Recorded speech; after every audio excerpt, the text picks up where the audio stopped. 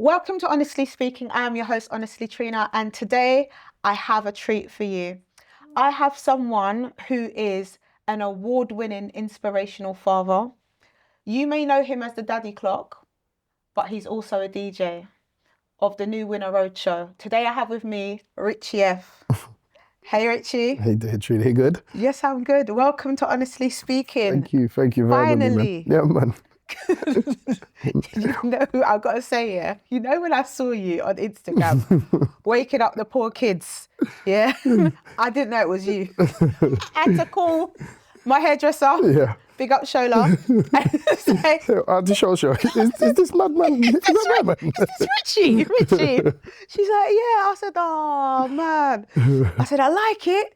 I was like, but does he really wake them up at that time? She's like, yeah. I said, nah, you can't be waking up Nyla and Carter at that hour like that, for real. Well, to be fair, I'm not sure if it's always the exact hour that's described in the songs. Well, it's around them sort of time there. You get me? The time that she needs to be up. So more times, certain times you hear in the video, you'll all hear her alarm clock going off. That's mental. And you know that it's time for her to get up anyway. You know what I mean? Time for get up. Time for get up, man. See yeah. Anyway, Richie, for those of my audience that don't know who you are, tell us a little bit about yourself, where you grew up. Okay. Well, my name is Richie, known to most as Richie F. Yeah. I'm a part of the sound, the new Winner Road show, which came around from my dad. My dad was a part of the sound Winner Road show. That was his sound. Okay. And then I started playing alongside him. Probably when I was about 15 years old was when that first came about. I was going to clubs before I was even legal to be in the dance, but I was carrying his record boxes. So I was in the dance, I was playing tune, and then started taking it seriously from, I think it was about 2000, probably 2000. And then we formed the new Winner Road show. Okay. Which I think. So did you retire your dad? Not really, because he was still playing out. And that. Okay, I just wondered. But you know, like when you're, like, I remember the first time I actually played out properly was in a club called in New Cross. I think it was called Sebastian's. No, not Sebastian's. Could be Scenarios. Was it right on the one-way? On the one-way system. Yeah, I know what you're talking about. By the KFC, right there. And there was a man. I was playing like the Diwali rhythm, cause you know, like that was the rhythm. With the older lot, you know, like they got their style of playing, but it wasn't. Their mixing wasn't necessarily. You know what I mean? It wasn't mixing. So my dad would say to me, "Yo, come juggle that rhythm here," and I've juggled out the rhythm and it's going off till a man's come and put down a weapon on the turntable, which was a turntable in those days, as if to say, "Yo, nobody else now play for the rest of the night, are you?" And my ass is gone. I'm like, "Yo, what's going on here? Is this normal?" and that was my first sort of interaction with playing in proper street sound type of dances. And yeah, that was fun. And since then, that's when I started playing out properly, and we sort of launched the new Winner Road show, which was me DJing initially. In fact, even before the new Winner Road show was about, it was me DJing as DJ Sweeney, being my surname. Yeah. And I was out playing a lot by myself anyway, like in dances, house parties, in my sort of bits in Northwest London. Oh, so you're from Out West? Out West. Where in Northwest are you from? I'm originally from Kensal Rise. I've lived in Kensal Rise for pretty much the best part of 20 years. That's like the back of Kilburn, Queen's Park. Yeah, they're all neighbours. Bit around there, yeah. I know it well. Yeah. We are doing wrong there. Our family around there. All right, cool. So yeah, I was playing parties, house parties, christenings, weddings, all of that stuff from I was kind of young, like 15-ish, with my dad's records until everything switched to CDs, and then, you know what I mean, I made him his CD pouch, I made my own, and then started duplicating so he could go and do his thing, and I was cool doing my thing by myself. And then eventually, Hooligan, who's now Mr. Hooli, he would have been MC Caliber back in the days. MC Caliber. Yeah, and he was in Northwest Untouchables, which was like a big grime sort of clique in Northwest. Yeah, there was an Untouchables in South London as well. Yeah, well, you know the thing. So we had Northwest Untouchables, and there was a collective of MCs and DJs that was doing their thing. Yeah. And I think he must have just been in what, like, as we grow like family, innit? Our families are very close, so we've always called ourselves cousins or whatever. But it's he would just happen to be in one of the dances I was playing, and he looked and he was like, yeah, this can work, you know. And he just came and started hosting for me in that dance. Yeah. And then he said, yeah, when you next playing out, I'm gonna roll or whatever. And then he just started rolling, and we just started doing this, you know what I mean, doing this the DJ duo type thing together for a good 5, 6, 7 years maybe before taking on the name New in a Roadshow. That happened off of the back of us DJing in on an RJS holiday. RJS. So RJS is like a collective that take 300, 400 people away to different destinations and have a 7-day raving That's a binge. vibe. It was mad. But yeah, we was playing over there on one of them, and after that, Cypher, who was like my best friend from high school, he got his CD wallet and all that and started DJing as well, and then sort of joined with us. Yeah, so we just all came together as a collective. Why for the Don't worry, wrong set. It's all right. The brown sofa's the brown sofa. The brown sofa. But yeah, we formed a collective, and literally when we landed back, that was it. It was just on as New in a Roadshow. We did our first sort of dances in like Silks and Spice, Mustard Bar, APT, Agenda, all of the sort of city venues. Yeah. And at that stage, we was putting on our own dances and even losing money in the dance, but it didn't matter. We were just doing it to bust a name and get me and just get out there and just show them what we could do. We're going to get back to all of that because I want to walk you back a bit. So how was it growing up in Northwest? Northwest was cool, man. Like, to be fair. In the 80s, right? Well, I'm born 86, so in the 80s I weren't doing much. You weren't doing much, so 90s was your time. 90s, yeah, them late time there. 90s was but your even time. then, yeah, it was real late 90s, because I was, to be perfectly honest, I was under my dad's arm for forever, Good. you know what I mean? And nothing's wrong with that. 100%, like when I left school, before I even left school, I was working for my dad in his shop. Okay. And then you see, like, you go on to after school, you do sixth form or whatever, and I was studying business GMVQ. Okay. So 1 day a week. GMVQ, Yeah. So I have a couple of accolades in that book, you know. Just back where. So yeah, I was studying business GMVQ, and you're supposed to take 1 day to go and work to get work experience or whatever. So I just went to work, innit? So I was earning money from school days. I was going to work. Just stacking and piling. And so from then I was going to work for my dad on a Wednesday in the shop for the whole school day, and then also on a Saturday in the shop. So there's 2 days a week I'm working for him. So I'm going to work and from work with him. I'm coming home to him, and then when I'm going out to play out in the night, I'm going out with him. So it's like I'm under his clout all the time. So that's what you're doing with. Pretty much, yeah. The kids there. Pretty much. Yeah. You know what I mean? So you can try and mould them as much as you can. Yeah. And keep them on the straight and narrow. Yeah. And that was me for a good long period of time, if I'm honest. I was, you know what I mean, with my dad all the time. So at work, in dances, I was going with my dad before I was going by myself. So was you raised in a 2-parent home? Yes. Oh, that's lovely. Yeah. My mum and dad were...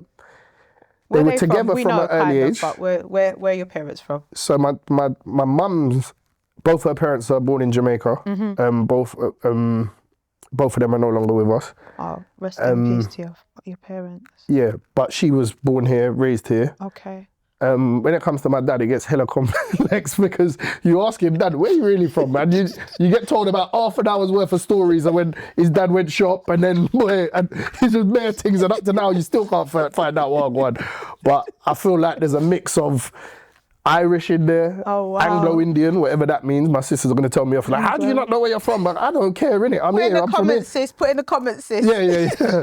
Anglo-Indian, Jamaican in there, and English. I don't know. To be perfectly honest, when it comes to my dad's side, I don't, him just full mix. But if you look upon him in his face, him look like in Greek. So, you know what I mean? Sometimes it's just like, where is he really from? I don't know.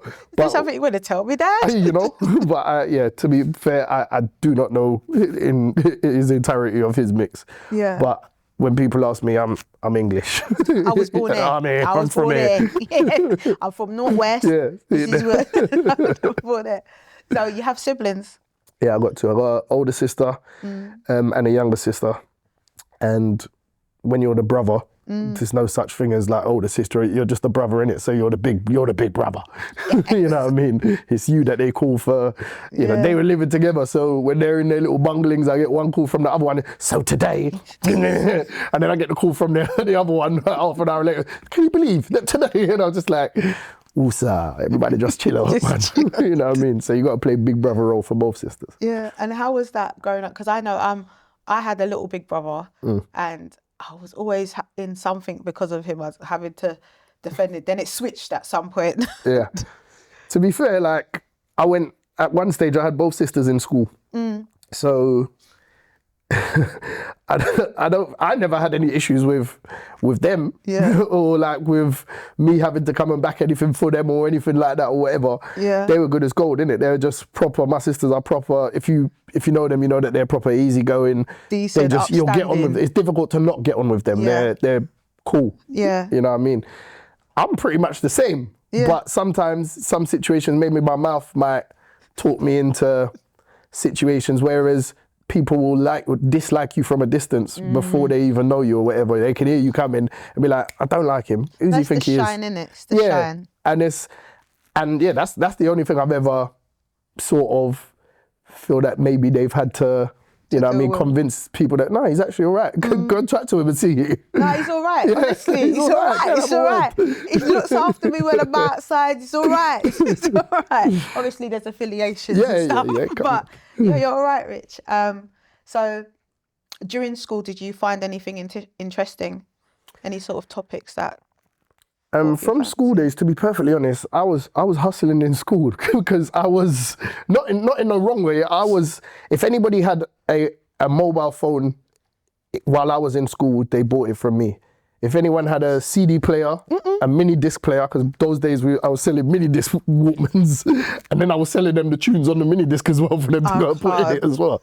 So I was working the school. Yeah. We was, you know what I mean? So phones, Walkmans, mini discs.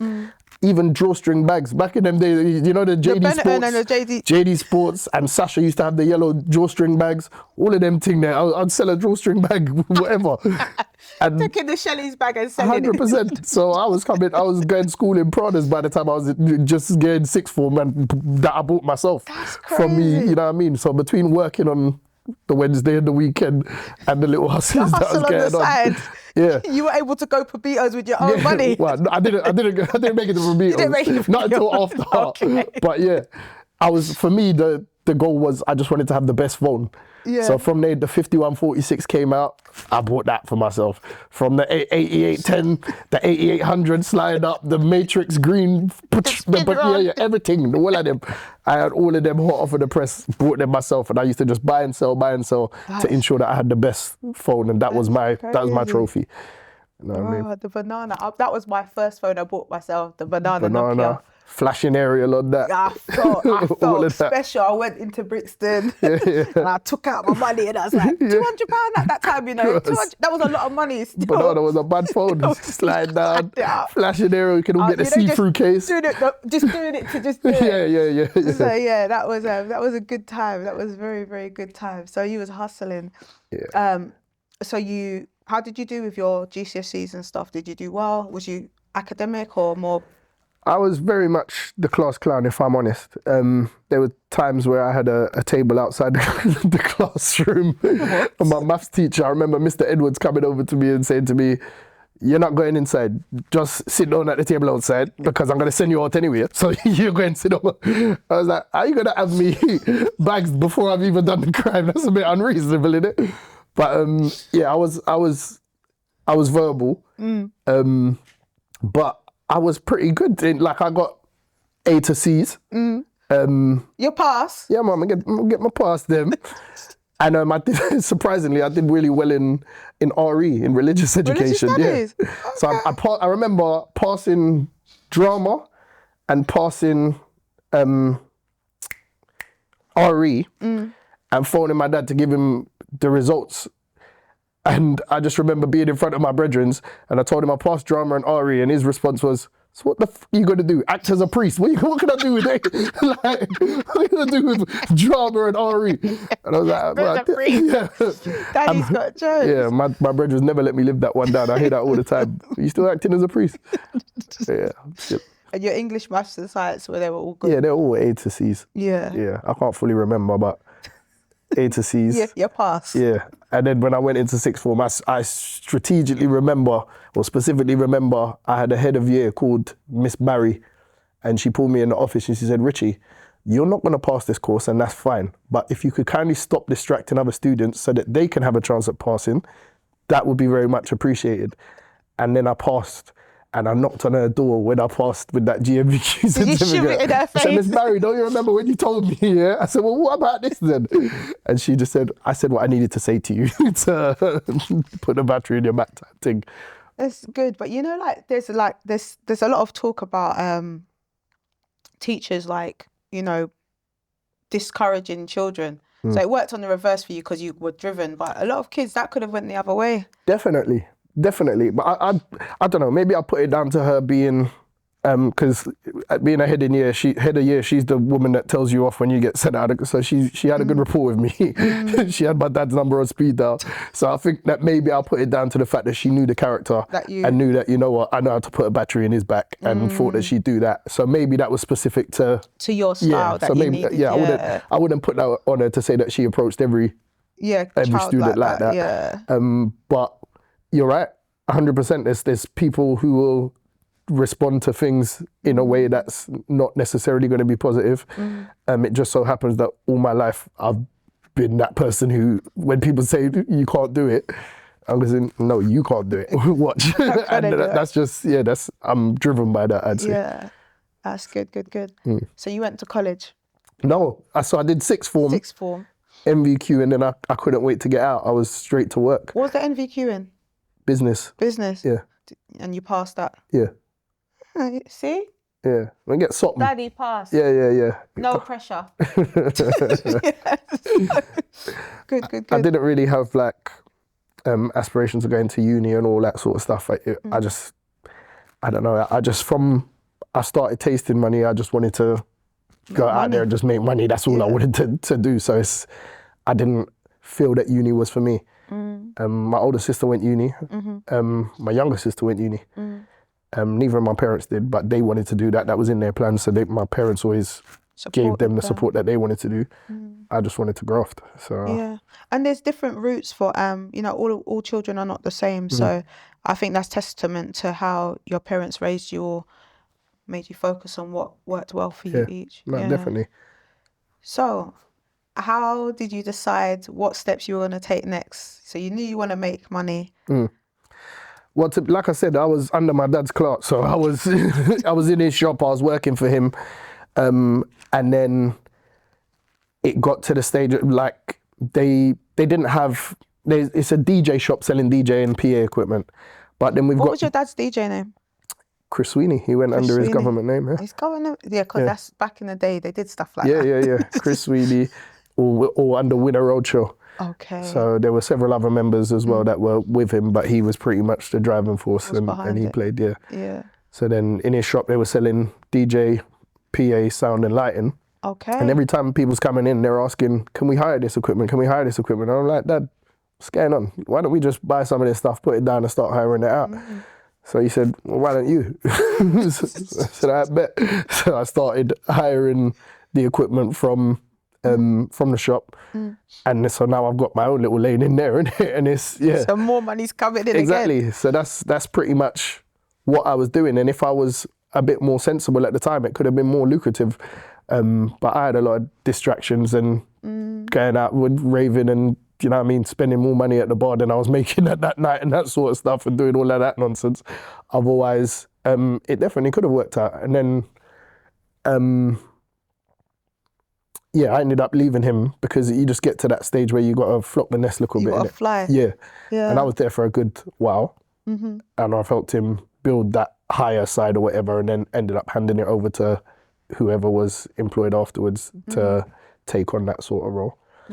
And I went off to go and do like a sales role independently, and I learned like a lot of great sales techniques, how to communicate on the phone, how to, certain skills that you can take into various different aspects of life. Transferable skill set that allowed me to talk a little bit more eloquently, allowed me to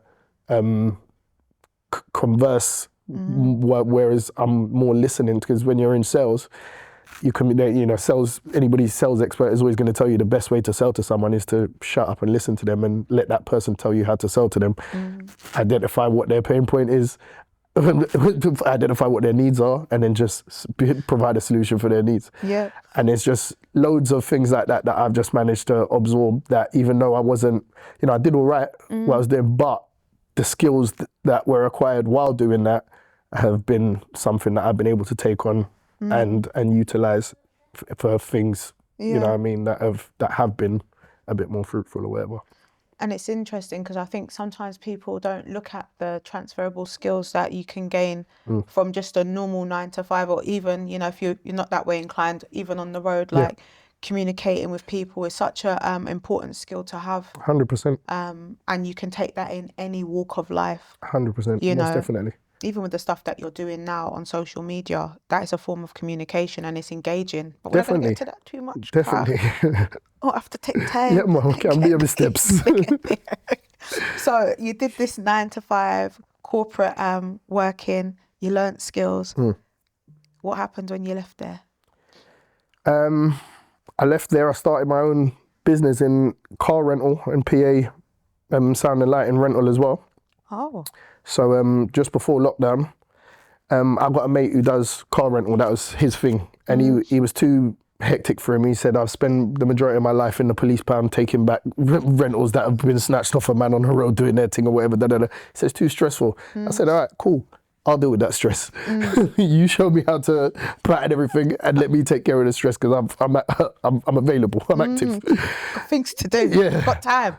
So we ended up, he didn't want to do it, but we ended up going halves on a car, and I had a an $8,000 watch on my wrist, and I didn't have money to buy the car, so I sold the watch and I said I'll buy back the watch at a later stage.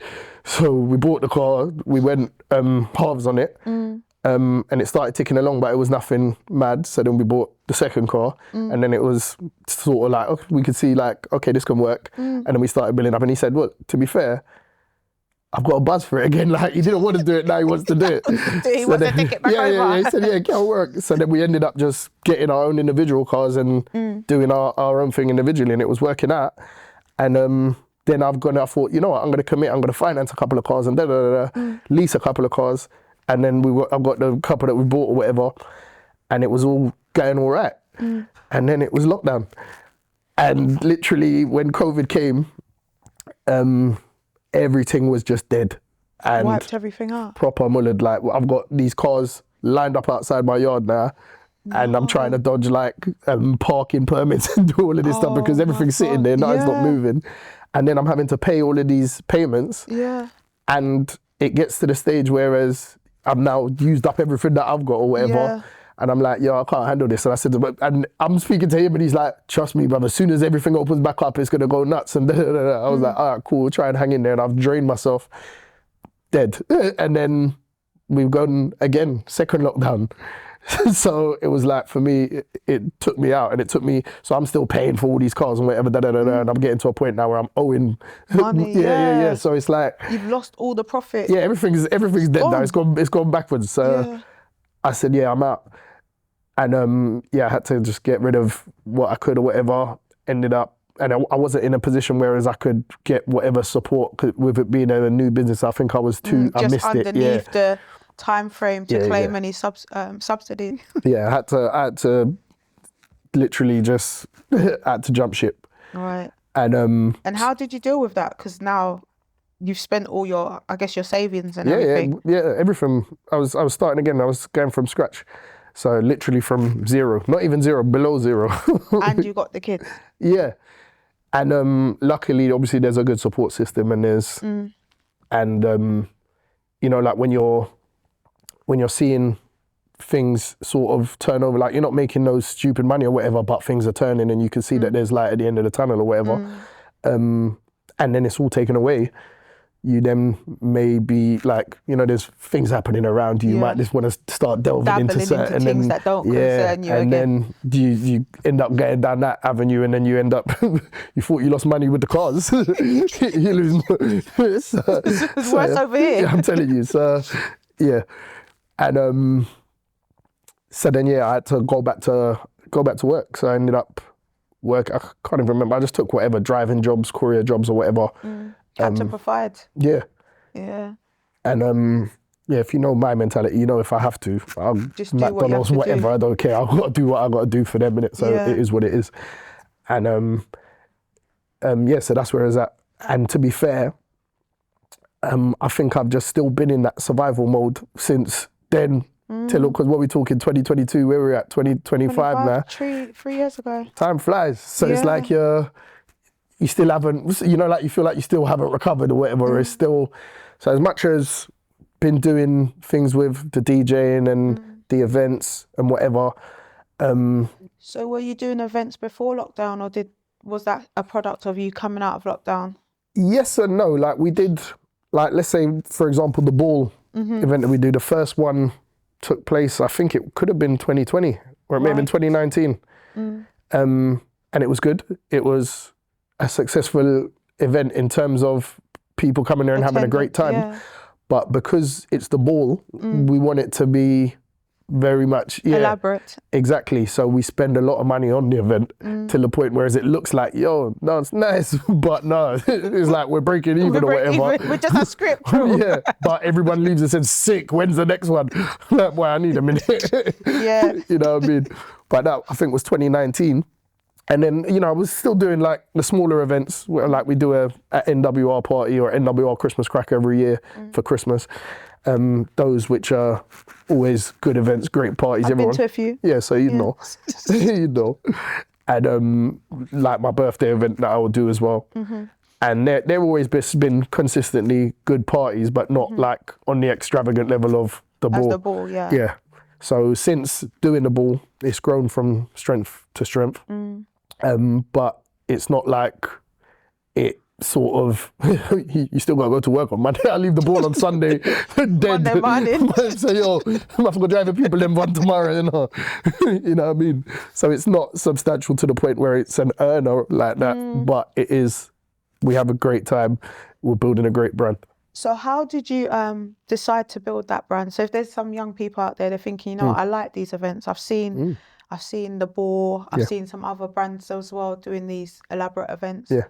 Like, how do you go about arranging it? Not giving too much in a secret way. To be fair, because I've been doing it, like I kept my first dance at 13 years old as the RJS Junior Jam. No way. Yeah.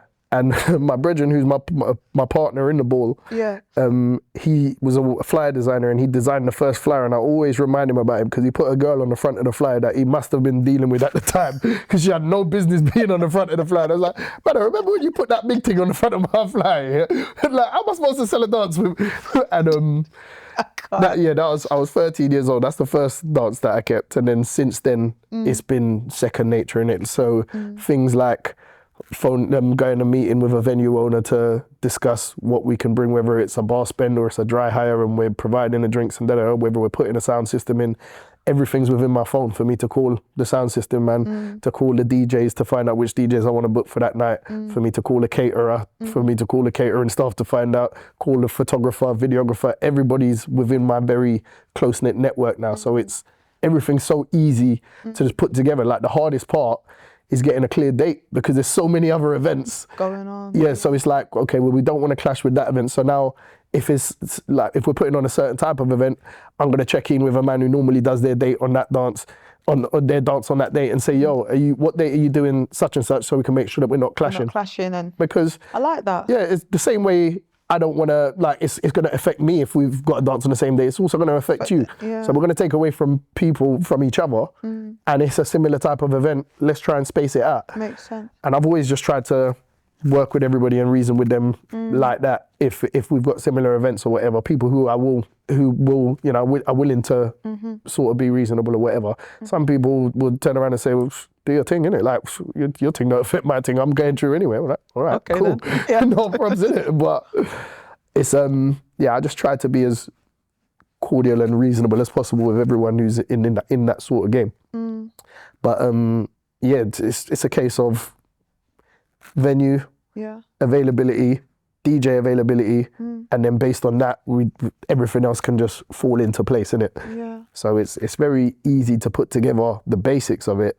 When we're doing things like the ball, it's a bit more elaborate now. We're putting on a prestige event where we're trying to get people to dress a certain type of way. We're trying to attract the people who want to drive their nice cars and park them in specific places outside the events and get certain types of tables that allow them to come over there and flex if they want to flex. And then you've got people who may be slightly less pretentious who just want to rave, or they want to be in the middle of the dance and start the party. We want to accommodate for everyone and not have anybody feel like this isn't for them, because there's something for everyone at that type of event. So it is a bit more work that goes into the lights of the ball. Like, I just spent an hour on the phone to my business partner this morning talking about photo opportunities that we're trying to do, like in terms of the backdrop, the colouring. We're getting something custom made and knitted. Then we're trying to get I won't say too much because I don't want to ruin for those who are actually attending, but it's very intricate in terms of making it look a certain way with the aesthetics to ensure that, okay, I've paid 40 quid for this ticket. I want to make sure that I'm not just coming to a standard £15 dance or whatever. I want to make sure I've got my value for money, and it's not just musical anymore. Now it's guaranteed with the music vibes. It's guaranteed at any of our events. Every time you come, you never left there and said music was crap, DJ was crap, or whatever. The music's always set. Everything's good. Sounds 100%. Good. Selection's good. Every audio's great. Exactly. Yeah. So now it's just the case of, for those who want to do a bit more than just come to a normal dance, now we want to put on stuff that's to a certain level, to a certain quality. So you don't mind, you know what, I'll pay a bit more money to go to that event, because when I went there, I didn't feel like I was in a warehouse dance or a shebeen or whatever. I felt like I put on my good clothes. I came, I had a great time. I even got to my belly full, and you get me. You do. You do. So, and that's what we want. We want to create a higher sort of tier event, and I feel like we've done that with the ball now. So not gonna lie, it's stressful. Like when I think, oh, it's the ball, I've got to go find some one-away dress. I get that. It's stress. But to be fair, with the first one that we did, it was very formal. It happened to be on Valentine's weekend, so a lot of people treated it like it was a couples thing, and that kind of went against us, because anyone who wasn't in a couple said, I ain't going to that. After me, no man, where may I go? Where may I go? You get me? We're single, I go. Yeah, but there was a lot of singletons that came out, but the dresses, like the amount of money that girls were telling me that they spent on custom made dresses and that for that event was mad. And I just thought, like, for the next time round, we'll make it less formal, so it's still the ball, but you don't have to wear a ball gown as such. You haven't got to wear a 13-piece suit with cravat and so we still want to make it, you know what I mean? Accessible. Yeah. So I feel like we've done that. Since doing that, it's definitely broadened the patron. Yeah. And you can still come out, like, we get guys who come out in nice suits with maybe a white t-shirt underneath and a white fresh pair of designer trainers, or even a white Air Force One. You can still look the part with it not being as formal. So we're getting, now with the next one is the bright colours. So you can I still... wore neon last time. Yeah, so you can play it back if you want to play it back, you know. Nah, Judge. Big neon dress. So yeah, but bright colours, everyone can come out, you can do smart casual, you can still feel comfortable in what you're wearing without having to worry about going too formal now. Yeah, I like that. So, I like that. Need to find one frock. If you want to sponsor me, just, you know. Yeah, you got a cash app. Dress designers, feel free. Yeah. Send on. Yeah, that's something for mug upon the white carpet. White carpet, yes, yeah. I need it. That's all I'm giving away. That's it. That is it. So, okay, cool. It sounds quite intricate, but now it's probably second nature to you. Definitely. So you spoke about earlier about how you got into sound. It's a sound system, really. how you got into that. If there's young children watching the show, or young teenagers, young adults, they want to get into becoming a DJ. Yeah. Like, how do you go about becoming a DJ in this day and age? Because it's not record box again. Yeah. Main advice is don't do it. You're broke. No, not really. But it's you've got to be like, you can learn to mix, but if you're not passionate about actually entertaining and moving an audience, you're just going to sound like a DJ who knows how to mix. Yeah. So you've got to be like, if you've got a passion for it, learning the art of actually DJing is being in the lab. You've got to be on the training field. You've got to be in the gym. It's the same thing. You've got to be in your room or wherever it is with your controller or your DJ setup and perfect your craft. Now is so much different from when I started DJing, because when I started DJing, we was playing actual vinyls on 1210s. And I was competing with a lot of the older lot who couldn't mix.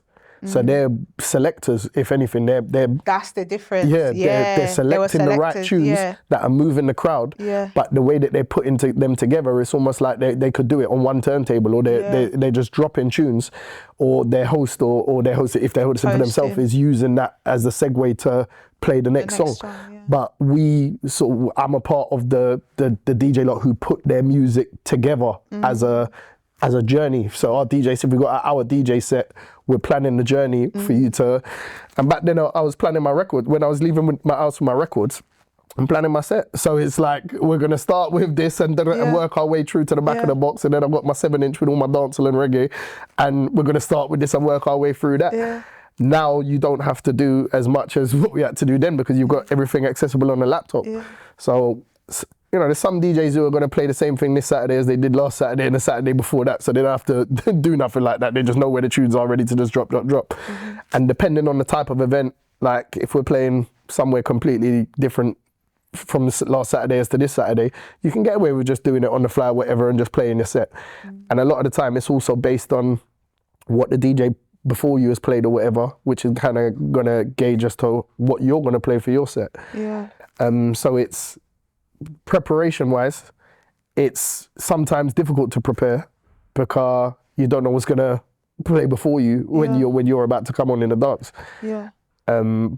But yes, as back to your question, in terms of getting into the game, the main thing is perfecting your art, because now you'll see like a lot of the DJs, they're doing a lot more complex stuff with the tools than just mixing two tunes together.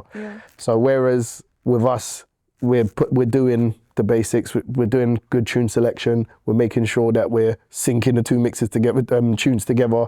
We're not doing vocal clashes, so you can hear two voices, two words singing at the same time. You may want to scratch a little bit and drop. You're not pitching up at stupid, ridiculous pitches to the point that you can't recognise the artist's voice again and them thing there, which a lot of the younger lot do, but that's just how they play their music. So I don't even grudge them for the way that they do their thing. That's their thing. But if I'm playing to an older audience, and I do that, then somebody's gonna want to dash bottle after my head or whatever. You know what I mean? You see it there? And it's just knowing your audience as well. Like certain time, like you're playing for an older crowd, they don't like to tune them chop quick, one bag of fast juggling like what we would have to play in certain dances. Whereas you can do your little one drops and juggle fast or whatever. If I'm playing for a mature crowd, all 40 and 50s and that, they don't want to hear their tunes like that. They want to go verse, chorus, verse, bridge, and then you're mixing, you get me? So I don't like how they chop them up so quick now. Like, I want the verse, the chorus, and then we know the bridge is coming. That's the part we like. We like the bridge. But you fall into that age bracket. I know, I'm just staring. Yeah, you're slightly the more mature bracket. But if I'm going to go and play at a 21st birthday party or whatever, their style of how they receive their music is excitement. Quick and fast. Even slow jams, certain time they're getting their slow jams, they want it juggled like we're juggling dancehall. So you get me? They don't want it. They don't. By the time you get second verse and all them something, they're then bored. They're like, yo, that's crazy. You know what I mean? So it's just adapting to your crowd, and that it's difficult to learn that. You've got to be in the dances. You've got to go to the dances as a student, and I did that for ages. For years I was rolling with my dad, not playing, but I was in the dances, watching how these men play, learning how they put their music together, and sort of replicating it, but doing it in my own way because I would actually mix the tunes, whereas they're just dropping the tunes. So it's because I was in the dances and kind of understand how certain tunes go together or whatever. It sort of helped me in terms of being a bit beyond my years when so as a young boy around the big man them, I can play their style, sometimes arguably better than them because, you know what I mean, I'm hearing how you lot put it together, so I've learned from you, but my DJ ability is better than yours. You know what I mean? So some of them would even grudge us for that.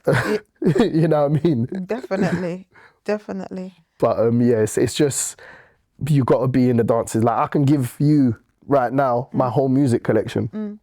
And you can go into the dance, but because I've given it to you and you doesn't mean you can utilize exactly. it. It's like knowing how certain tunes go together, how to play them, and taking people on that journey throughout the music set is an art form, and it's difficult. You can't go college for it. You can't. You know what I mean? You've got to just be out. You got to be in the dances. You got to learn. You got to watch, and it was frustrating at times where I'm the young boy in the dance, and I'm watching the older lot play the music, and certain times they're mixing.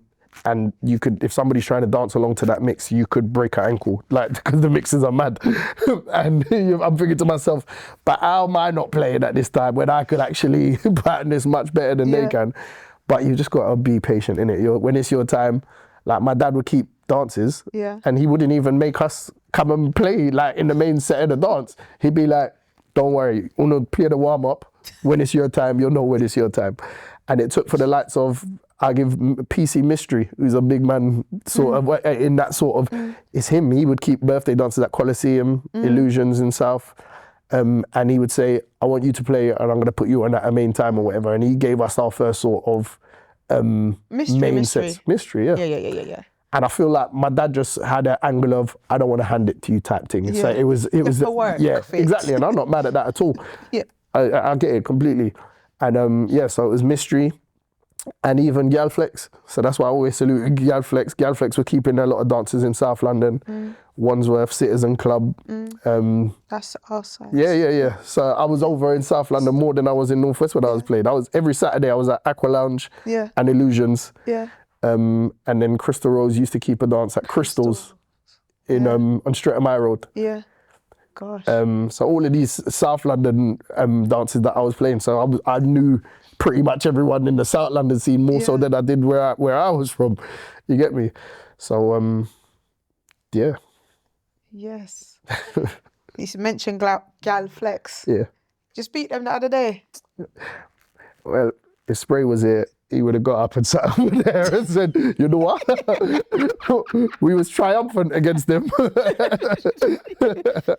You were victorious. We were victorious against them. Yeah, we had a slow jams clash. Slow jams clash was wicked, man. It was 6 Sounds. Yeah. New in a Roadshow, Gal Flex, Studio Express, Special Touch, Movie Star Johnny, and Celebrity Super Movie and Star Fats. Johnny's not been in no movies. Nala finished it. I can't believe Nala was saying the craziest stuff. You know what it is? She said he was in a documentary in Halstead. Yeah, but it's true. If you know Movie Star Johnny, he used to be called Hottie Johnny. And I remember they filmed in Halsden, the series called Halsden, and he was heavily involved in that. They went around with him to like a few of his bookings and showed the life of a DJ. So I think that may well even be the reason as to why he named himself Movie Star Johnny. Okay. But naturally in a clash, you got to take everybody's little characteristics and use it against them. All of them. Yeah. The dub plate was crazy. It was Gal Flex, because Nyla makes her songs as well that she used to make or whatever. So when we was in lockdown, I made her cut dub plates for all of the sounds so that they could play them at their when they're on the radio or whatever. Yeah. So I made one for Gal Flex. So they thought it would be smart to make an a cappella of it and play it in the clash. And Dixie's speech was, his daughter kills him in the clash in the living room, I'm gonna make her kill him again. So they played it as an intro, not knowing that I've already got one specifically for the night. Nyla calling out all of them. So yeah, she just done everything. Everyone. And these times Nyla's in her bed sleeping, don't even know she's just done the dance, taking one of the biggest forwards in the clash. So, I hope you recorded the forward to send to her. Yeah. She's seen it, man. She knows. And then she was eating out of the trophy. Yeah, well, she said disrespectfully. She said, "Bring the trophy home because I'm gonna eat my cereal out of it." So naturally, being the type of person I am, I'm gonna be on a wind up. We've won now. I brought the trophy home, dropped her cereal bowl in it. Now me a breakfast out of that. I met them. No say you're done then. So Big yeah, up Nala. but it was definitely a very good night, very good clash. It's the sort of dance I would have wanted to be in as a raver. Like it was that sick. Like the amount of good feedback we've had from the dance. Yeah. The amount of praises that we had for just like a good night. Girls who were lost their voices and didn't get it back for 2-3 days afterwards because they were singing all night. DJs who now want to be a part of it and feel like entering the clash. So this is next annual year. now. It's got to be, yeah. People wanted it. They're like, you can't make us wait till next year. You got to do another one before the end of the year. Quarterly? No, man, it's too much. They don't know how much work goes into it. Like it's a long campaign. It's a long graft. Putting it all together, it's hard work. It's definitely hard work. And as much as we had a great time, everyone enjoyed it. It was a successful event. Yeah. You can't force things. Like you can't, you know what I mean? Yeah. You can't be too greedy. Yeah. And you got to sort of build up the anticipation for it as well. So now everybody who came to that event definitely wants to come to the next one. Those who missed it and like fuming that they missed it and want to attend the next one. So we got something to look forward to. And now, unfortunately, I have to enter again and defend the crowd. You have to defend the crowd. Yeah, so I want to know what Carter's dumpling is going to sound like next year. You know? yeah, see if he's ready by See then. if he's ready. You know, now I might have to write the bars, but You know, innit? So cool. I love the fact that there's an RM slow jams clash, because you don't get clashes for slow jams. Like No, that. to be fair, it came off of the back of we were playing at a slow jams dance and the promoter got an extra half an hour extension. So he said, I beg you lot, play a bit more for us. So I said, all right, cool. So we've set up, and as we've set up, another DJ setting up as well. So he said, let's both play. I said, all right, if that's what you want to do. So we played a couple of songs or whatever, and then he's about to play. So naturally I started winding everybody up and I said, so what is it, a clash then? And we literally started going tune for tune and they fancied themselves. And I give them their dues. They played a couple of decent tunes, but we buried them anyway. We murdered them, and naturally it was filmed. So I posted a snippet of it on Instagram, and my business partner, he phoned me and said, yo, he woke me up out of my bed. He said, that video that you posted, bro, you know that could work, innit? I'm like, how do you mean? He's like a clash of just slow jams. I was like, yeah, you're right. So he's like, yeah, but I mean, we could make it work. I was like, you're right. So he's like, so what are you saying? So I said, well, let's do it. And then we did it. And it turned into, like, the concept is sick. Everybody had a fantastic night. Yeah. And it was like, some people would assume that slow jams all night, maybe it's going to get a little bit. Now that's my vibe. Yeah. And there's a lot of people who have the same sort of mentality. That's your vibe. When you jump in your car and go to work in the morning, what are you playing? Right now I'm playing some intro. There you go. Because they were my guests, so I had to. When you're cleaning your house on a Sunday, Jodeci. There you go. So what I'm saying is there's so many people who are like you, but you only get a segment in a dance. So when you go to a normal dance, you're going to get that last 45-minute set that's for you. And I'm tired by then. I might have left by then. Tired by then. And you're only going to get the same 45-minute set that everybody's going to play every week. T-shirt and panties all the time. So there's so much more songs that everybody knows the words to that we're able to use this event as a platform to let the connoisseurs of slow jams come and have a fantastic night. And that's exactly what we did. Oh, congratulations for bringing the trophy home. Yeah, man, naturally. You know? Heavy is the head, you know, so now everybody wants... Proud. We've got our work cut out for us next year now, boy. Yeah, you have to go in deep into the vault for the next one. Yeah. Okay, cool. So, the beginning of this year, 2025, you won an award. Yeah. For Inspirational Father. I'm going to see you in your suit and the velvet boards. Yeah. You know? How was that feeling? I didn't expect it, to be fair. Like they let me know that I was nominated. And that in itself, I thought like, okay, yeah, can find a reason for go put her in a suit and go drink and have my good food. And that in itself was enough for me. And I just, somebody recognizing the fact that this youth's doing his thing or whatever, like he makes it look comical or whatever, but he's doing his thing with his utes or whatever. Yeah. So I got my contact lens moving mad in my eye.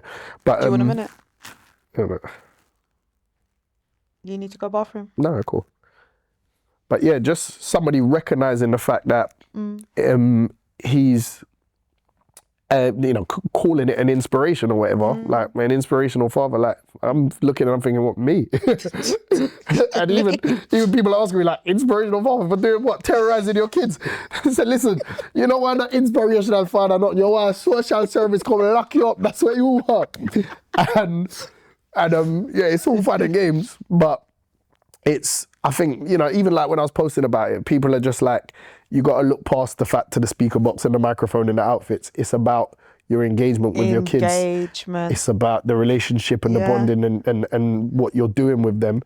It's about your presence. Yeah. And you'll be very surprised by the fact that there's a lot of kids don't have that as an option. No, they don't. And they said it's exemplary. It is. And it took me to actually read those words to even accept that, right, okay, maybe you're right. Yeah. You know what I mean?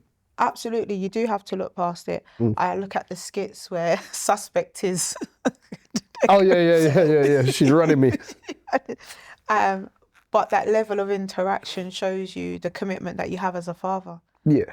I'll be honest, like, when it comes to, like, let's say, I use Nyla as an example because she's more able to, communicate and sort of establish who she is as a person already at a young age. But like the relationship that I have with her, it's almost like we have a friendship that I only need to pull rank if she violates and I have to say, hello, no, you know what I mean? Don't do it. Yeah. And I had that same sort of upbringing with my dad, if I'm honest, because we spent so much time together. I was, the first time I sipped alcohol, I did it on my dad's watch. The first time I went to a dance, I went with my dad. He wasn't there when I lost my virginity. Thank God. Thank God. That's too close. It's too close. It's too close. I wasn't even fully there, to be fair, but yeah. But it's just I was raised in a way that it wasn't so strict and regimental to the point whereas I was like kept it like locked down type thing, you know what I mean? It was a friendship until if I violated or then he'd rein me back in or whatever. And it was with the disciplining more time was pretty much always my dad. Yeah. My mum was just like, she's the anchor of the house, you get me, keeps everything together. But my dad was pretty much the disciplinary. And the fact that me and him spent so much time together or whatever, it was like a friendship. And I've sort of tried to replicate that with Nyla, even with Carter as well, but he's too much of a madman for him to sort of be like not yet. He's too young. You're regulating him from the second he opens his eyes to the second he closes them again. He's such a madman that literally everything is war from the second he opens his eyes in the morning. But with Nyla, when he eventually opens his eyes, yeah, there is that. We see it take time. Yeah, there is that. But yeah, with Nyla, I just try to keep it as cordial as we can until it turns into bad ups or whatever. But we don't often have to clash like that. It's only when she like stick rock off in our ears and we have to just remind her and say, look, don't let this friendship thing take it too far. We'll still go back in that father more than us. So no, yeah, no. And I just feel like that works. It makes me relatable. Yeah. I think that whole open door mentality. So when I pick her up from school, the first question, how was school today? She thinks she's going to get away with saying good and moving on. It's not me. So I ask other questions. I want to know. Probing. Yeah. So I was like, so what's Alyssa going in with? I know that's a brethren who's in school or whatever. What foolishness was she doing today? Because I know she made you laugh at some stage. What happened? And then she'll tell me, actually, you know what? Alyssa, that's, and now we're having a conversation, isn't it? So I'll ask stupid questions like, who made you laugh today? Or who did you make laugh today? Or whatever, like, just, I don't want the one word answer thing for me is it's never going to fly. And she still tries it every day. And then by the time we get home or whatever, or by the time we've finished, the second I walk through the front door, she wants to go outside to go and play football. So before we get in there, we're going to converse first, so we'll play the game. And eventually we get to where we need to get to and we find out how each other's days were or whatever. And I just like to make it conversational. I don't want to have a one word answer type of relationship. It's not a dictatorship. We have that sort of rapport, whereas we can chat. Yeah. And I just, that style of parenting is what works for me. It may not work for everyone. Like I get people all the time, especially like in comments or DMs or whatever, telling me the bag of bad ups from the videos or waking them up. How dare you put this speaker so close to their head, you can upset their nervous system and da-da-da-da.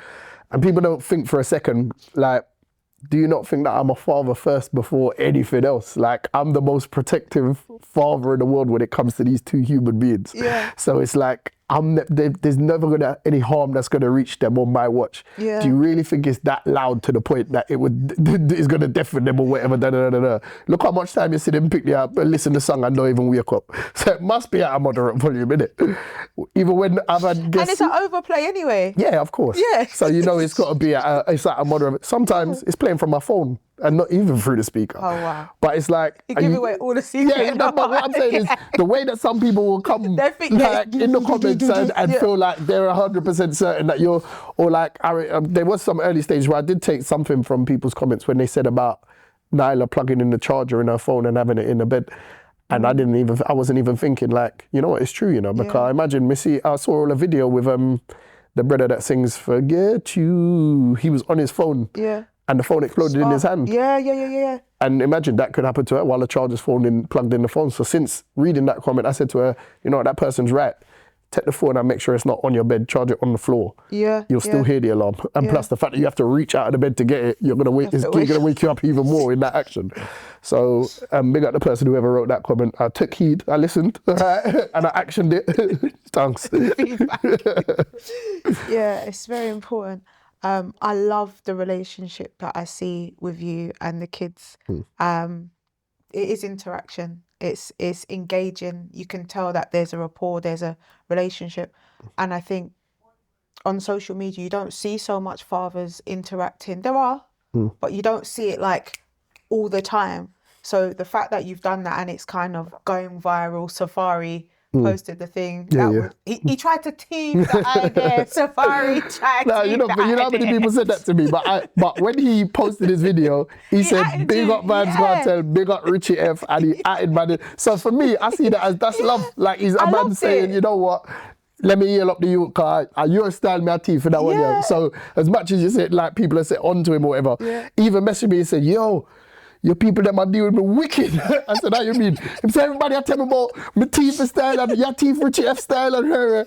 I said, brother, don't watch that, man. You go out do your thing, man. You showed man love, you added man or whatever, Do your thing, man.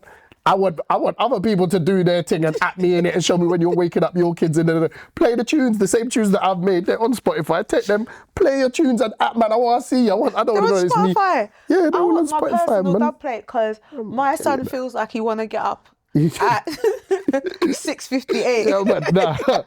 we need a 6:58 version. No, but you can get your personal thing. And you know what's mad? It's like, I'll be out like with my sisters or Cypher or whatever, and like people will recognize you. And when people recognize you, they're so funny because they'll double take, you know, and they'll look at you and they'll go, "You're the dad." You're the dad. Or whatever like that. And there's like people now will come up and say, "Look, I beg you, do me a video for my kids to wake them up or whatever." And I'm like, come on, man, run it. I mean, you know, we love all them things in the car. I'm relatable, innit? The same way that I'm rapping with my ones, waking them up. Why you do the same thing, man? Give them little stress, them deserve it. Them deserve it. I just need to buy one speaker box. Yeah. Connect. And roll it up into my son's 100%. room. Because he wants to get up at 6:58. Yeah, we need to remix that with the 6:58. No, man, we can't do that. So we talked about your award, the CCC award, Inspiring Father for the Year. You met Dean Forbes. I met Dean Forbes. Yeah. He made a point of that, just to let you know, like he shook me hand and all that, knew who I was. You know what I mean?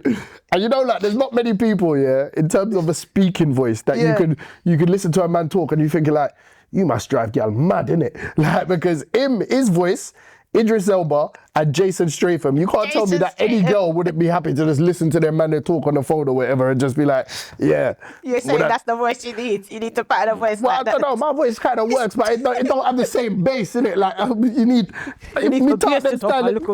Jaws just drop. No more jaws dropping. Stop it. So, so you won that award. And Dean Forbes is another inspirational individual, actually. Definitely. I did get invited to the party as a +1. Yeah. Hopefully next year I get my you own. get your own, I want. Your one. So yeah, that must have been interesting seeing all those inspiring people in Definitely, there. man. I was in a room filled with people who was, I forget his name, but the guy who does the amnesty, collecting all the weapons from, is it Farron? Collecting all the weapons from, like, for me, I'm being nominated as the Inspirational Father of the Year, but this man is actually doing proper humanitarian work as far as I'm concerned. Like, you're doing things that are saving our kids' lives because of the work that you're doing. And it's just like, I'm in awe of the people that are in that room, looking at them saying, I'm rubbing shoulders with them, but I'm just plugging in a speaker box, waking up my youths. These men are they're improving the world, you know what I mean? And I'm around there, sat at a table with these people. Like another guy who was, I'm not sure if you see on the news, they would provide the barbering service for the kids that they go around to, and they give them like a counselling session. And I was reasoning with him, and I just and that was just who's on my table. Like the whole room's filled with these people who are just doing amazing things. And it's just really something to just look at and just be in awe of the fact that there's so many people doing great things and being acknowledged for it now. So hats off to the CCC Awards because they provided a platform that, you know, there's not an award ceremony to honour these people. So I was proud to be a part of it. I was proud to just be in the room. Yeah. So when I looked at the category that I was nominated alongside, and I saw, my man who's raising I think his Instagram name's Raising Two Kings or Two Kids or whatever. Oh, I don't know that one. I follow him. Boys to Men? Raising? Yeah. I follow him. I listen to his content, and I feel like a lot of what he says, I see with, like, we're of the same mindset, but he's got a platform where he is already, he puts it out there. He's got an amazing following. He had like 250k or whatever. Yeah. And I just thought, like, if I'm posting to say, guys, vote for me, I'm up for this award, and he's posting to say, guys, vote for him. So I said, all right, we're just going to go and have a drink anyway. We'll have a good night. So I'm not expecting to get no award or whatever. I'm thinking, like, I would vote for my man. You get me? He's doing amazing work. There you go. So it's like, hats off to him, and hats off to the other guy who's in the category as well, because they're all, he's a thriving businessman who's doing great things for himself as well. So I'm just feeling like I'm here to make up the numbers, you know what I mean? We'll have a good night, we'll drink some Prosecco. Got my suit out. Yeah, got a reason to take the suit for a test drive.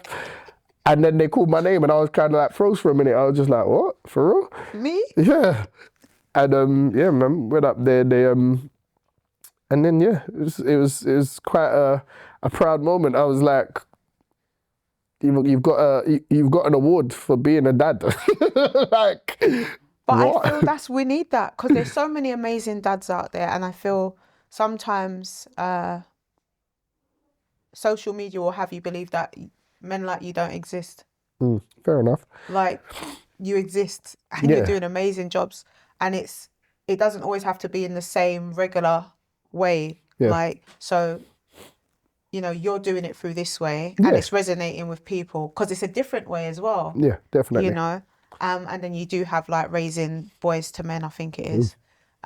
He's doing another great job as well. He's edifying people on how you go about it, how you co-parent, how you be a single father as well. So there's different ways, and today was your day. Yeah. That day was your day. Obviously, we all experience things, so we can all give our perspectives on our relative platforms or whatever, and he's talking about his experience.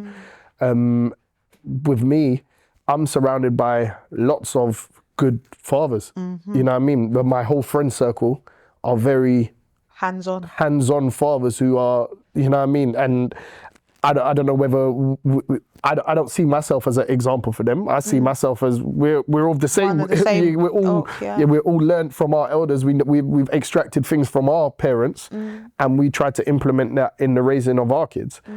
I never read a manual. There's no manual for parenting. There's no manual. And if you find it, send it to me. And the truth is that I'm just cutting through like everyone else, learning on the job. So it's like there's certain times that I'm gonna get things wrong. I'm gonna make mistakes. I'm not perfect. I'm literally just trying to pattern on route just like everyone else. So there's things that will be frowned upon. There are gonna be times that I get it wrong. There's gonna be, but all I need to do is just ensure that I'm instilling the best possible morals I can into the two of them. Everything else, as long as they've got the right values and got the right morals, academically, yeah, it's important, but I prefer to know that when you're in a room and I'm not there, and I send you to somebody's house or whatever, they come and tell me she was lovely, she was a breath of fresh air, or she was very helpful, or you know what I mean, this person filed on, she picked her up, and or whatever. I need to know that stuff more often than not. Don't get me wrong, her mum's more very heavy on the academical side and all that, and we need to have a good balance. And for me, I'll do what I do, and you're good at what you do, and luckily, the teamwork makes the dream work as far as I'm concerned.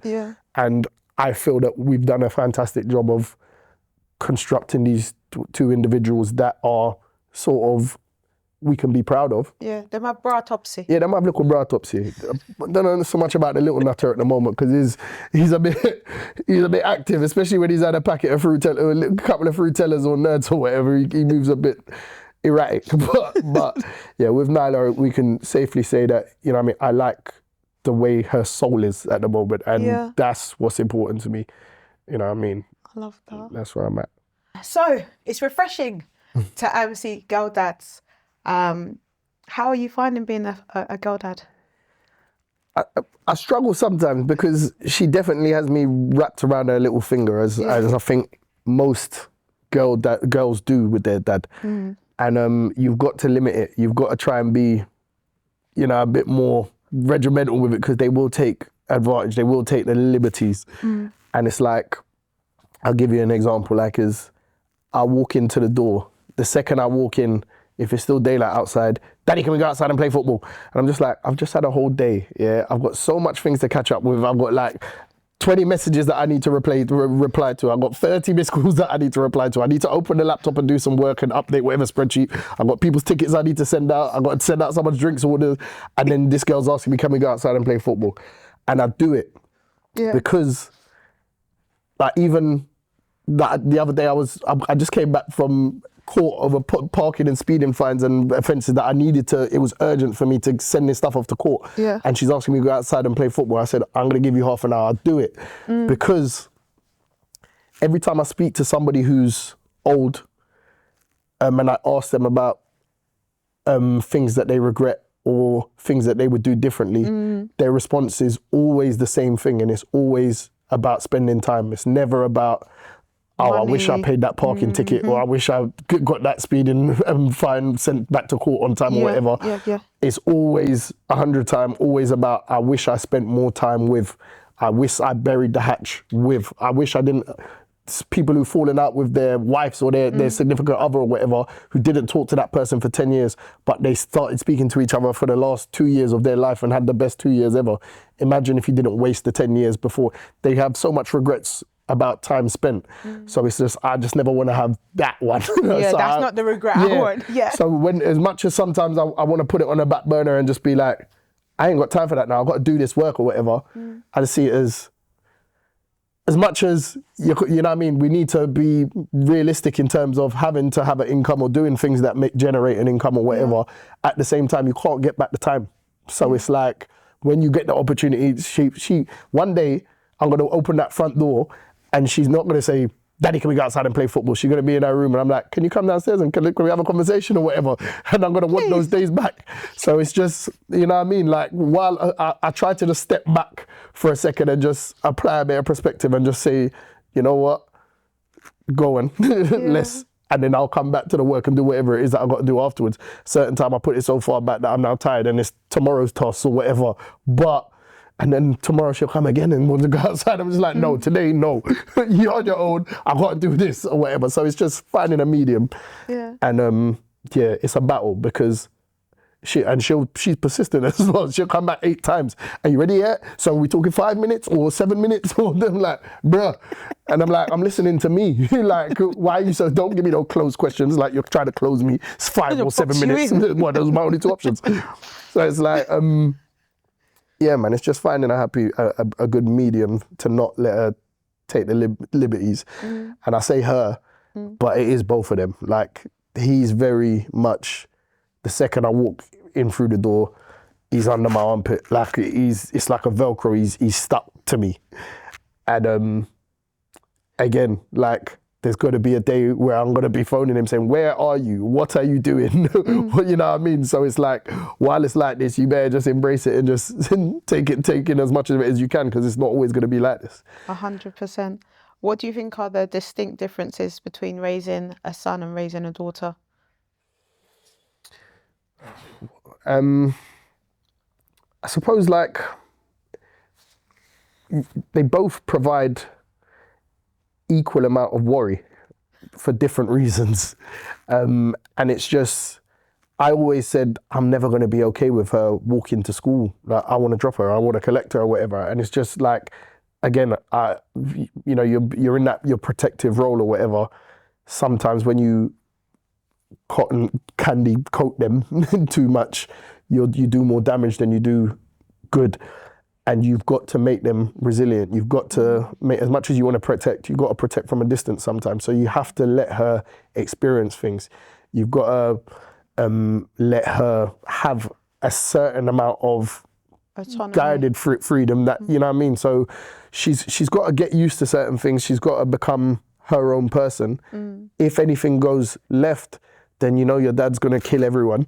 So but, we're visiting. Yeah. We're doing visits. Everyone's dead.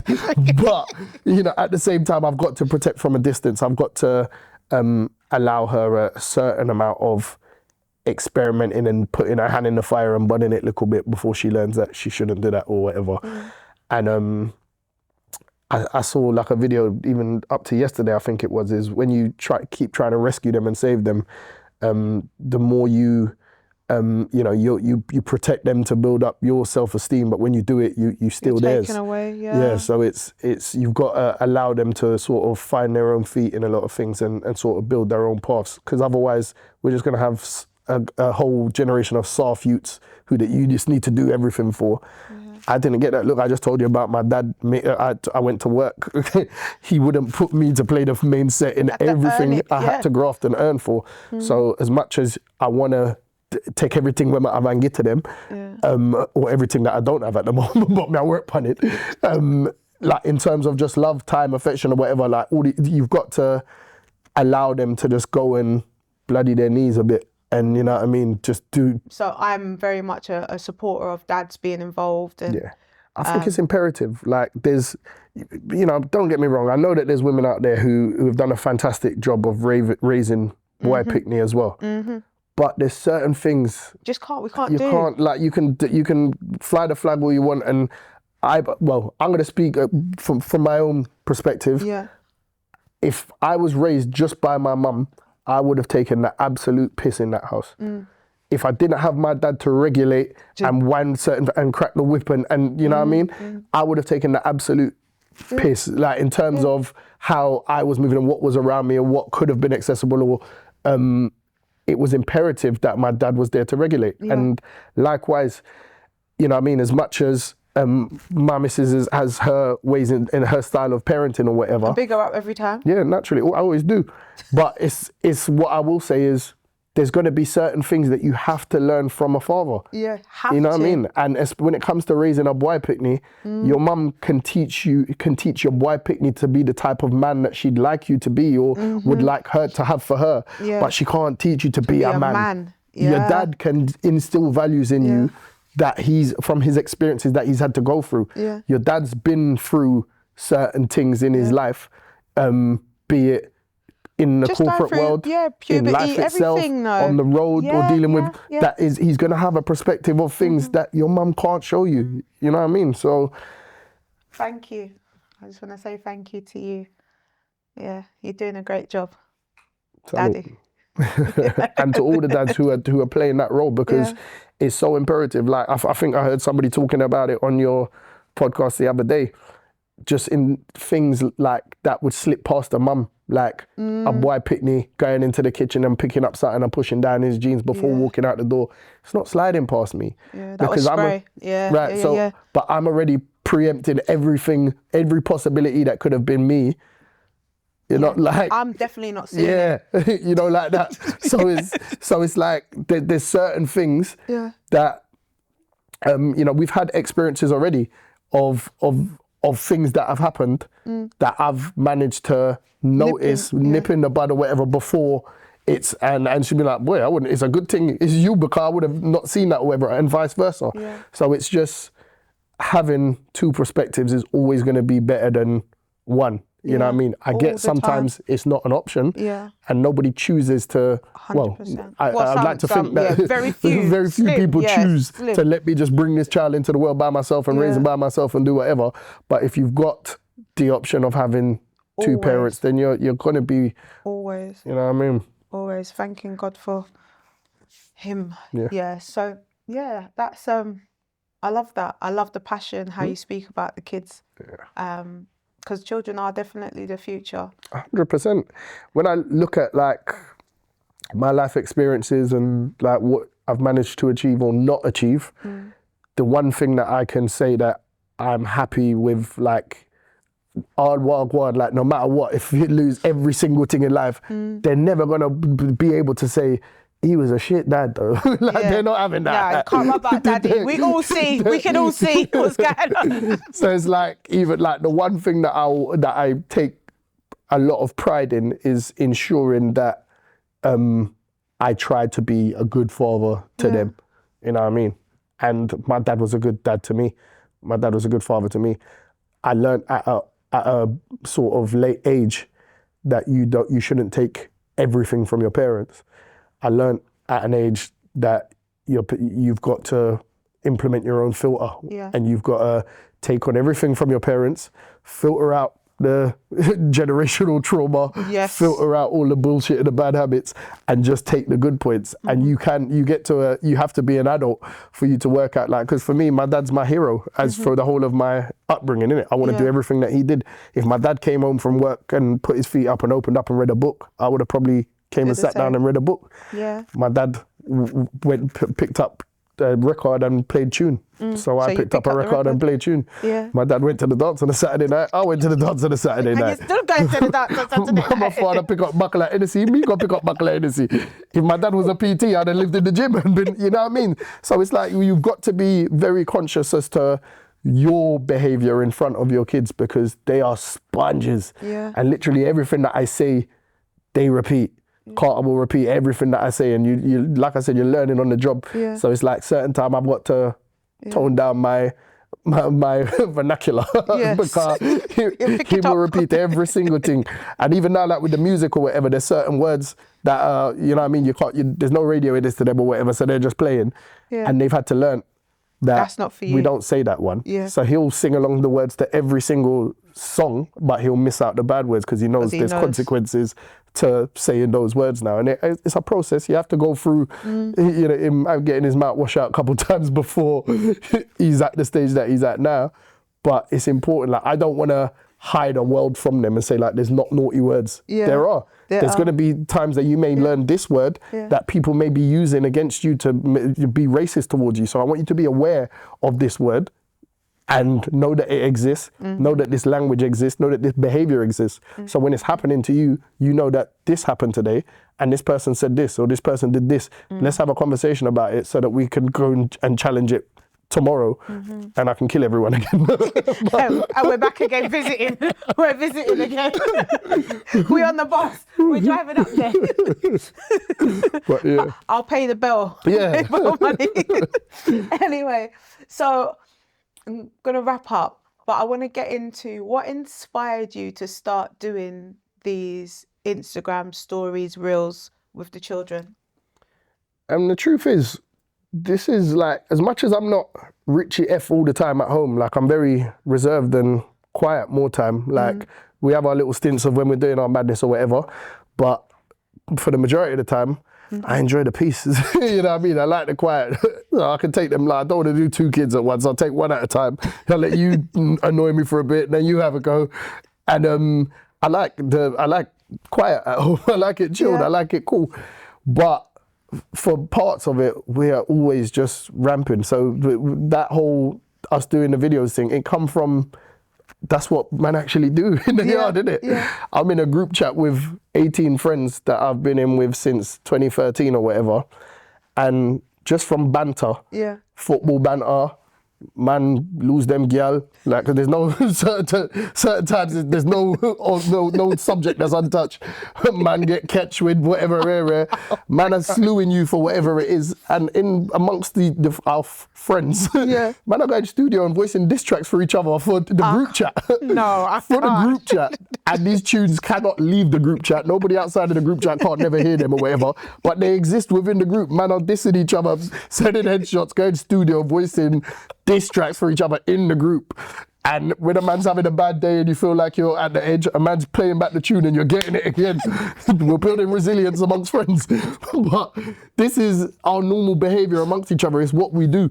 So for me to go and set it up and do it for the youth, then it's already what man do, innit? It's second nature or whatever. So one day I just decided to press record.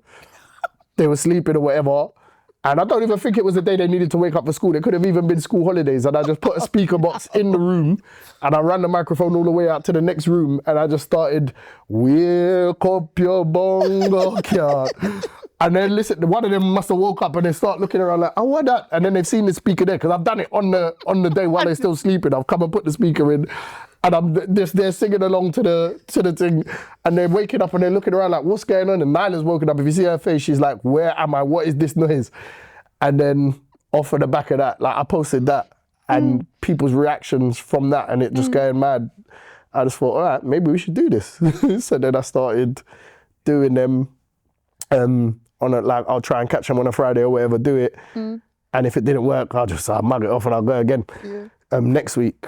But I was doing it live Friday morning, live, building a tune or whatever, and then trying to catch them on the Friday, and then I'm going to work. So I've drop him to school or whatever, and I'm at work in the van trying to edit this video, trying to do the captions for the video while I'm on the motorway. Hence why I've got the band at the moment. But I'm literally trying to do this on a Friday morning till the point where when I started doing the pre-records and whatever, and I may do it on a Monday or a Tuesday and then just post it on a Friday. And then, it was just, I started editing them myself, recording them myself, just writing the tunes or whatever, taking the instrumental, remixing whoever's tune. And people were just liking it, just like, brother, why are you not an artist? Why are you not taking this thing serious? Why you're not a ghostwriter? Because you just be remixing everyone's songs and they're not shoddy. Yeah. Like, you got bars. You need to ghostwrite for certain man because they need You'd be surprised. A lot of people are very proud. Like, I've written a few songs, I've made a few tunes, and I'll like make them. I don't be writing. I'll be like, I'll just press record, innit? So I'll record a song, I'll send it to people, and people are like, oh yeah, thanks, but like, a lot of people don't want you to write for them. There's a lot of proud artists out here who'd be like, I'm not gonna lie. When I was rapping, I didn't want no one to write for me. There you go. Straight up. There you go. Definitely not. But you can write like a slow jam R&B song. Yes, well, I've written quite a few songs. Quite a few songs I've written and they're just there parked up or whatever. But I've got no desire to be an artist or anything like that. I just feel like, brother, you're 40, sit down, man. Just be the dad, man. That's what you do, innit? You do the dad thing. But if you need any bars, Richie F has got lyrics for days. Like, yeah, I'm done. Yeah, I'm done. You're coming like Chip. You get me? You can't run out of bars. Just can't run out of bars. So yeah, that's really good. I get so much joy. Like today, I saw the Drake one today. I was like, wow, you got the jacket. Where do you get the clothes from, Joe Rich? Every time, I'm like, where you get the clothes from? I saw the fireman suit, the Santa. You know, that's the hardest part. So like, I've got ones like tunes that I've recorded or whatever, but it's just trying to find an outfit for them. It's just like, they're sitting there in my phone or whatever, like I can't use it because I'm like trying to find an outfit to match that. Like that popcorn leopard skin cardigan. I said, guess what? I'm not doing this, you know. It's sitting down there because I'm not putting on no leopard skin cardigan. It's not happening. And my brethren, Trey, who's a massive popcorn fan, he's like, you may as well call him, he may as well change his name to Popcorn. He know every single ad-lib to every single song. He's the biggest popcorn fan ever. And he's like, brother, why you not doing popcorn? Like, a man see me like, a next man see me, you ain't done budget yet. You ain't done, and you get me? And so it's him who's on to me about, yo, do the popcorn. So I said, you know what, I'm going to have to bite the bullet and go and buy this leopard skin thing that he wears, because that's what he wears in the video, isn't it? So it's like, so I've ordered it. When I got it, it's huge. It's too big, but I'm like, you know what? I'm running out of time. There's 2 days left. It's about to be Friday. I'm gonna have to just do it in this big cardigan and post it out Friday, get it done. And yeah, sometimes finding the outfits to match is like the hardest part. You need a little sponsorship now. Yeah, I'd say yeah. We need a wardrobe department now, because it's getting out of hand. It's getting out of hand. The bus one with the hat You see and it there? everything. I just can't. And for me, I'm not a man who sources stuff like that. I'm not like a big shopper or whatever. I'm not, it's like, I don't be out like doing constant every week clothes shopping or whatever. So for me, trying to source a hat, the jacket, the eyeglass, feathers to go in the hat and do this, I'm all getting frustrated. I don't do this. I hate shopping. It's like, I need to make this somebody's headache. But yeah, we get there in the end more time, you get me? We might have to get one little concert going on. I tell you. Richie F concert. Everyone's always, when you read the comments as well, like everyone's either asking when's the mixtape or the album, when's your show, because I will come to the show or whatever. Like, so we're looking at maybe doing a evening with the Daddy Clock and having a few friends. I feel like it's needed. Perform some of the songs, having a few friends come and do their songs, maybe a couple of comedians or whatever, do little bits and just have a little mini variety, good, I like that. Nice little party vibe. I'm there, I'll host it. 100%. That's it, it's done. You said it now. We're in. Okay, so what is next for Richie F? In all honesty, I don't have it figured out. I don't know. And that's just me being honestly Richie to honestly Trina. I don't know.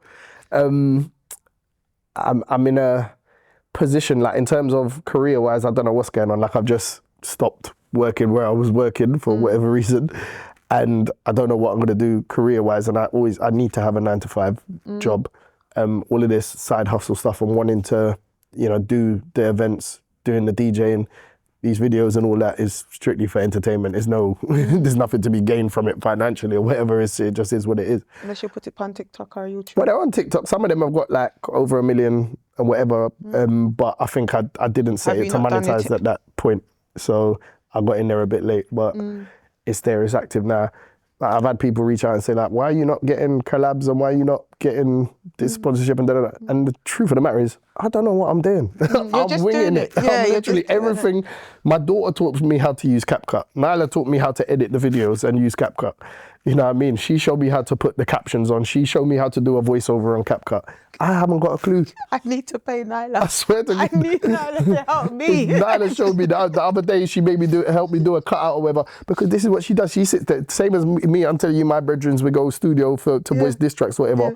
Her and her friends in her little group chat, they're on, you know what I mean, TikToking and sending each other fart or whatever all day. They know how to pattern their thing to banter each other. So she's the one who showed me how to do it. I didn't know how to upload a video to YouTube or to even Instagram, like that one that they did with their payback or whatever.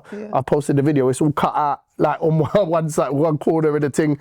I'm learning on the job. You get me? So it's like, you're gonna have to let Nyla do it, right?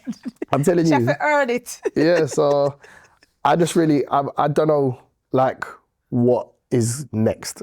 I've put myself in the window, so if an opportunity presents itself, then I'll welcome it with open arms. But right now, I really don't have a plan as such, and it frustrates. Sometimes I get frustrated with myself at the fact that why have you not got a plan? You're someone's dad. You should know. You should have a plan. You should know exactly what you're doing moving forward. And happens though. Yeah, it's just you can't. Like, nothing is before its time. Like, what's for you ain't gonna miss you and all that. 100%. So it's like, as much as I can be frustrated at the fact that it's not in line right now, I'm sure that, you know what I mean, everything that's supposed to work itself out will work itself out in hopefully in the near future. Yeah. So I honestly don't know. I will say this, that the events are going from strength to strength. So with the Lights of the Ball being a fantastic event moving forward. And when is that? The 10th of May. Okay. So make sure you're at the next one. And where also, they can get the tickets? Yeah, like that event right here. Or you just follow it by Instagram, you will see it every day.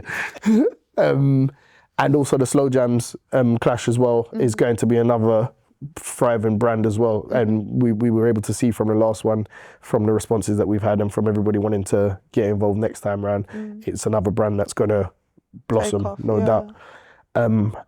So there's things to look forward to. There's you know what I mean, little side projects that are happening. But in terms of myself, I honestly cannot tell you. I can't answer that question with full clarity at this moment. Okay. So thank you. So there's a thing that we do on Honestly Trina. We have a segment called Guest to Guest, where the previous guest asks the current guest a question. What would you do to improve the state of R&B music?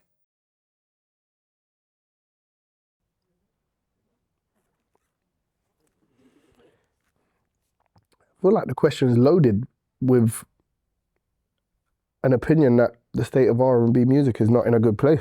Oh. And personally, I feel like the quality of music that we're getting in R&B right now is very good.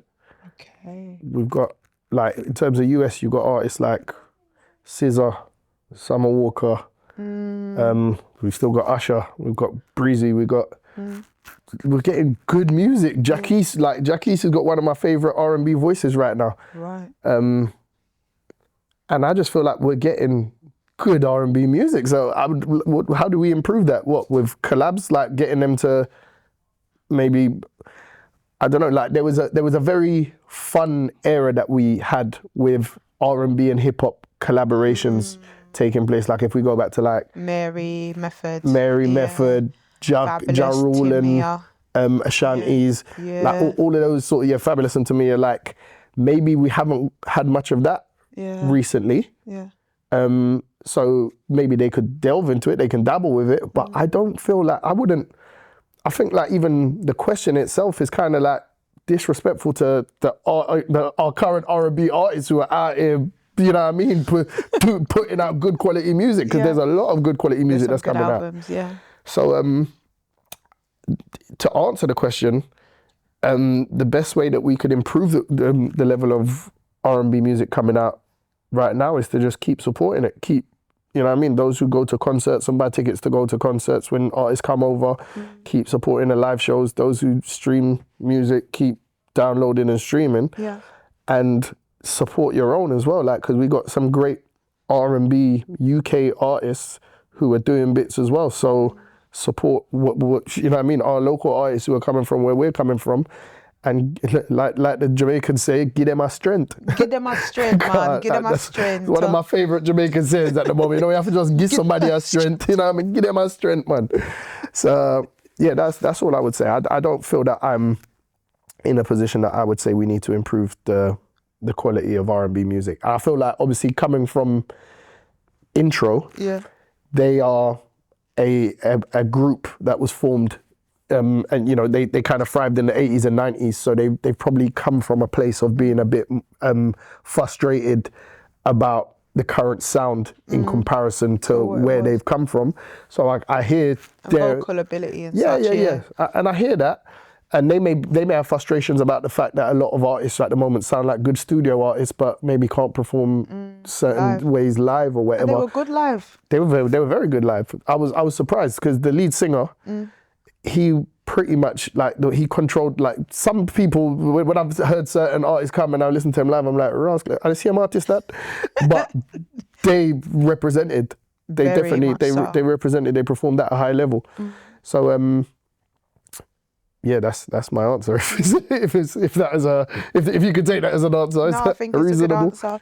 And we'll shout out Sweet Lady Entertainment and Up Close and Personal for a wonderful night with Intro. Yeah, we had a fantastic party down there. We played before intro performed. It was very good. Yeah, it was definitely it was a good night for anybody who's a connoisseur of slow jams. It's good because there's events like Sweet Lady, events like Play Another Slow Jam, who are still pushing the whole slow jam culture.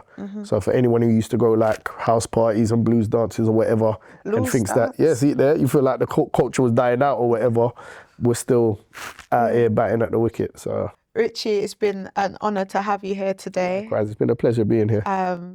We got so much information out of you today. I'm not even knowing half of the stuff you said today. Thanks for abiding by my dress code as well. I'm telling Did you. the denim and and white, you know what I mean? Sound like one yarny. Yeah, man, can't go dance right now, you know. But yeah, thank you so much, Richie, for coming on. I really do appreciate you. Appreciate it too. We got the family. Most def. So how are you? Good. How you dealing with this whole viral sensation stuff? If I'm being completely honest, I hate it. You hate it? You hate it? Yeah. Even all the dub plates that you're sending and you're just killing the sound? Not that. Not that bad. What's your favourite dub plate? Not really a dub plate, but the one I did for the slow jams clash. That one was crazy. You got them all out of there. All of them. Every last one. But Movie Star Johnny's one, that one sent me. That one you sent me. Anyway, if you can ask your dad a question, what question would you ask your dad?